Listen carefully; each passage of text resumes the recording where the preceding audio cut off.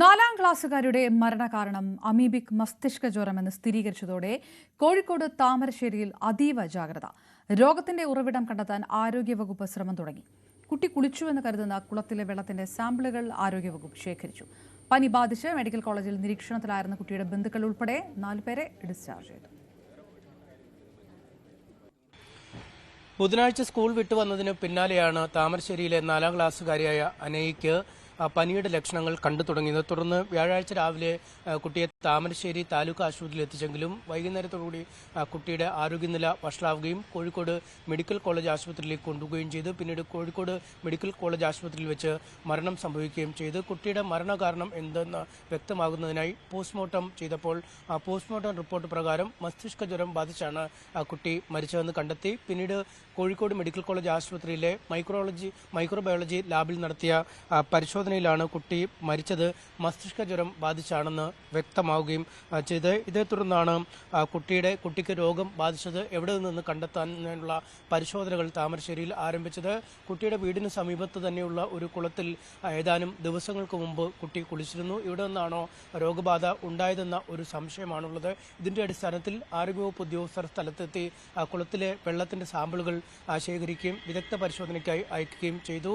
ഈ കുട്ടിയുടെ വീടിന് സമീപ പ്രദേശങ്ങളിലുള്ള ആളുകളിൽ പനിബാധ അല്ലെങ്കിൽ മറ്റു രോഗലക്ഷണങ്ങൾ പ്രകടമായ ആളുകളുണ്ടോ എന്നുള്ള സർവേയും നടത്തുകയാണ്. ഒപ്പം ഈ കുട്ടി കുളിച്ച കുളത്തിന്റെ സ്ഥലത്തിന്റെ ഉടമയായ ഗൃഹനാഥനും ചെറിയ പനിയുടെ ലക്ഷണങ്ങൾ പ്രകടമാണ്. ഇദ്ദേഹത്തെയും നിരീക്ഷണത്തിലാക്കിയിട്ടുണ്ട്. നേരത്തെ കുട്ടിയെ ആശുപത്രിയിൽ പ്രവേശിപ്പിച്ച സമയത്ത് തന്നെ വീട്ടിലെ ബന്ധു അടക്കം മറ്റ് ചിലർക്ക് കൂടി 4 പേർ കൂടി ഈ പനിയുടെ ലക്ഷണങ്ങൾ കണ്ടിരുന്നു. ഇതേ തുടർന്ന് കോഴിക്കോട് മെഡിക്കൽ കോളേജ് ആശുപത്രിയിൽ ഇവരെയും നിരീക്ഷണത്തിലാക്കിയിരുന്നു. എന്നാൽ പനി ലക്ഷണങ്ങൾ ഇല്ലാതായതുകൂടി മറ്റ് പരിശോധനയിൽ കൃത്യമായ ഫലം ലഭിച്ച് അല്ലെങ്കിൽ അമീബിക് മസ്തിഷ്ക ജ്വരമോ മറ്റ് അസുഖങ്ങളോ ഇല്ലെന്ന് കണ്ടെത്തിയതിനെ തുടർന്ന് ഇവരെ ഡിസ്ചാർജ് ചെയ്യുകയും ചെയ്തിട്ടുണ്ട്. എന്തായാലും അതീവ ജാഗ്രതയാണ് ഇതുമായി ബന്ധപ്പെട്ട് ആരോഗ്യവകുപ്പ് പുലർത്തുന്നത്.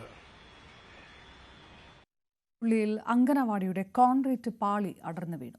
അപകടം നടക്കുമ്പോൾ കുട്ടികൾ ഇല്ലായിരുന്നു. കെട്ടിടത്തിന്റെ ശോചാവസ്ഥയിൽ അധികാരികൾക്ക് പരാതി നൽകിയെങ്കിലും നടപടി ഉണ്ടായില്ലെന്ന് നാട്ടുകാർ. 15 കുട്ടികളാണ് ഈ അംഗനവാടിയിൽ പഠിക്കുന്നത്. രാവിലെ അധ്യാപകർ എത്തുമ്പോൾ കോൺക്രീറ്റ് പാളി അടർന്ന നിലയിലായിരുന്നു.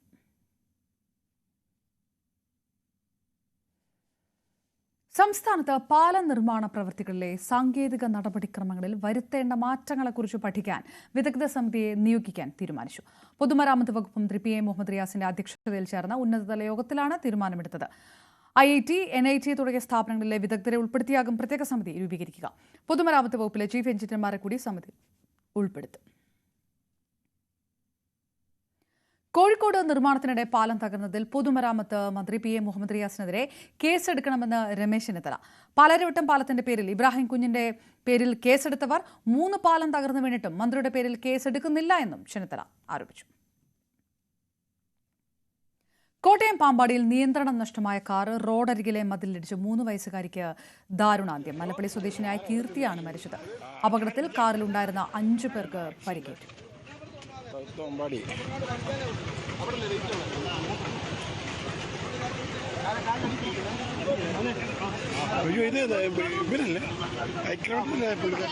അജിത്തിന്റെ പെങ്ങളാണ്. അജിത്തിന്റെ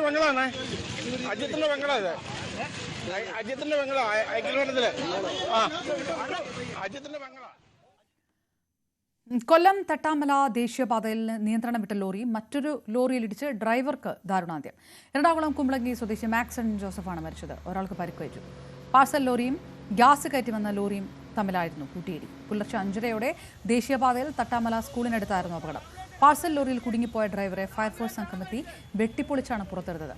കഴക്കൂട്ടത്തെ പ്ലാന്റിൽ നിന്നും ആലപ്പുഴയിലേക്ക് സിലിണ്ടർ കയറ്റി പോവുകയായിരുന്ന ലോറിയിൽ എതിർദിശയിൽ വന്ന പാഴ്സൽ വാൻ ഇടിച്ച് കയറുകയായിരുന്നു.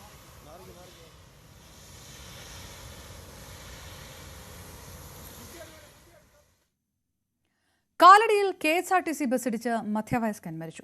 കാലടി കായ്പട്ടൂർ സ്വദേശി തോമസ് ആണ് മരിച്ചത്. കാലടി ടൗണിൽ റോഡ് മുറിച്ചു കടക്കുന്നതിനിടെ പെരുമ്പാവൂർ ഭാഗത്തു നിന്ന് വന്ന KSRTC ബസ് ഇടിക്കുകയായിരുന്നു. ബസ് ഇടിച്ചിട്ട് നിർത്താതെ പോയി.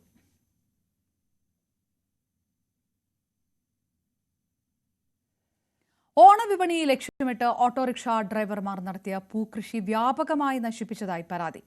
പാലക്കാട് പരുത്തിപ്പുള്ളിയിലാണ് സംഭവം. 350 ചെണ്ടുമല്ലി ചെടികൾ വെട്ടിവീഴ്ത്തിയ നിലയിൽ ഇന്ന് രാവിലെയാണ് കണ്ടെത്തിയത്.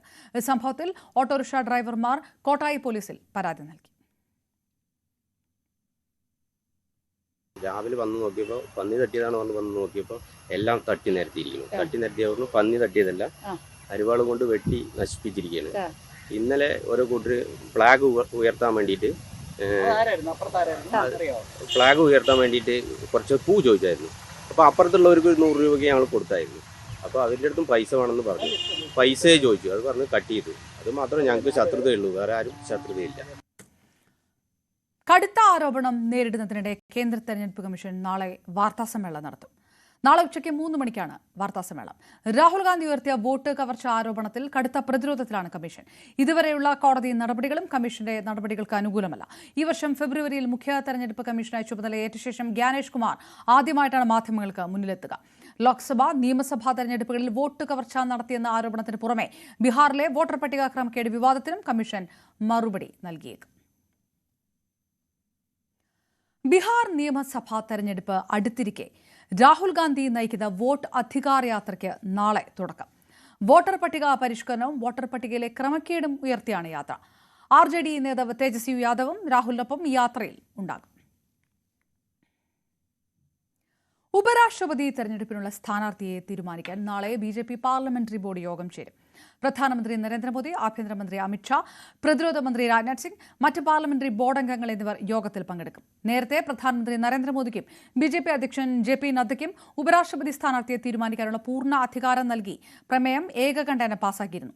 ചന്ദ്രബാബു നായിഡു, നിതീഷ് കുമാർ തുടങ്ങിയവരുമായി പ്രധാനമന്ത്രി യോഗത്തിനിടെ സംസാരിച്ചേക്കും. BJPയിലെ ഒരു നേതാവിനെ തന്നെ ഉപരാഷ്ട്രപതിയായി നിശ്ചയിക്കുമെന്നാണ് സൂചന. നാമനിർദ്ദേശ പത്രിക നൽകാൻ എല്ലാ NDA മുഖ്യമന്ത്രിമാരോടും ഉപമുഖ്യമന്ത്രിമാരോടും ഡൽഹിയിലെത്താൻ BJP നിർദ്ദേശം നൽകിയിട്ടുണ്ട്.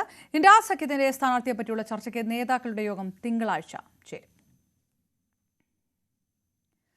അന്തിമ കരാറിൽ എത്താനാകാതെ US പ്രസിഡന്റ് ഡൊണാൾഡ് ട്രംപും റഷ്യൻ പ്രസിഡന്റ് വ്ളാഡിമിർ പുടിനും തമ്മിലുള്ള നിർണായക ചർച്ച അവസാനിച്ചു. ചർച്ചയിൽ വലിയ പുരോഗതി ഉണ്ടായെന്നും വൈകാതെ തന്നെ ലക്ഷ്യം കാണാനാവുമെന്നും ഇരു നേതാക്കളും സംയുക്ത വാർത്താ സമ്മേളനത്തിൽ പറഞ്ഞു. അടച്ചിട്ട മുറിയിൽ 3 മണിക്കൂറോളം നീണ്ട ചർച്ചയ്ക്ക് ശേഷമായിരുന്നു ഇരു നേതാക്കളുടെയും പ്രതികരണം.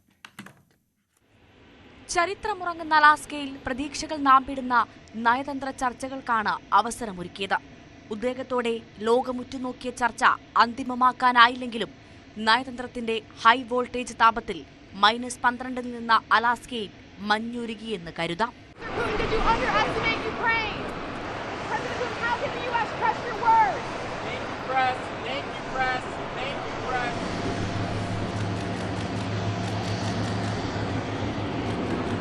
ചർച്ചയിലുണ്ടായ പുരോഗതി ഇല്ലാതാക്കുന്ന നീക്കങ്ങൾക്ക് യുക്രൈനോ യൂറോപ്യൻ രാജ്യങ്ങളോ മുതിരരുതെന്ന് റഷ്യൻ പ്രസിഡന്റ് വ്ളാഡിമിർ പുടിൻ പറഞ്ഞു.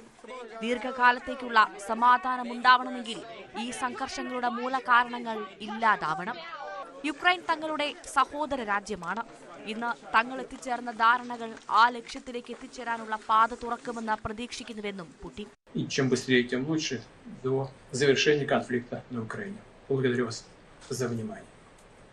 യുക്രൈൻ പ്രസിഡന്റ് വ്ളോഡിമിർ സെലൻസ്കിയുമായും നാറ്റോ രാജ്യങ്ങളുമായി സംസാരിക്കുമെന്ന് വ്യക്തമാക്കിയ ട്രംപ് പുടിനെ ഒരിക്കൽ പോലും വിമർശിക്കാൻ തയ്യാറായില്ല. So there's no deal until there's a deal. I will call up NATO in a little while. I will call up the various people that I think are appropriate, and I'll of course call up President Zelensky and tell him about today's meeting. It's ultimately up to them. അടുത്ത ചർച്ച ഉടനുണ്ടാകുമെന്ന സൂചനകളും ഇരു നേതാക്കളും നൽകുന്നുണ്ട്. രണ്ടാം ഘട്ട ചർച്ച മോസ്കോയിലാകാമെന്ന് Putin പറഞ്ഞെങ്കിലും ട്രംപ് സമ്മതം മൂളിയിട്ടില്ല. ഈ ചർച്ചയിൽ യുക്രൈൻ പ്രസിഡന്റ് സെലൻസ്കിയെ കൂടി പങ്കെടുപ്പിക്കാനാണ് ട്രംപിന്റെ നീക്കം. അതേസമയം അലാസ്കയിലെ സോവിയറ്റ് സൈനികരുടെ കുഴിമാടങ്ങളിൽ റീത്ത് സമർപ്പിച്ച ശേഷമാണ് പുടിൻ തന്റെ വിമാനത്തിലേക്ക് മടങ്ങിയത്. News desk, News 18.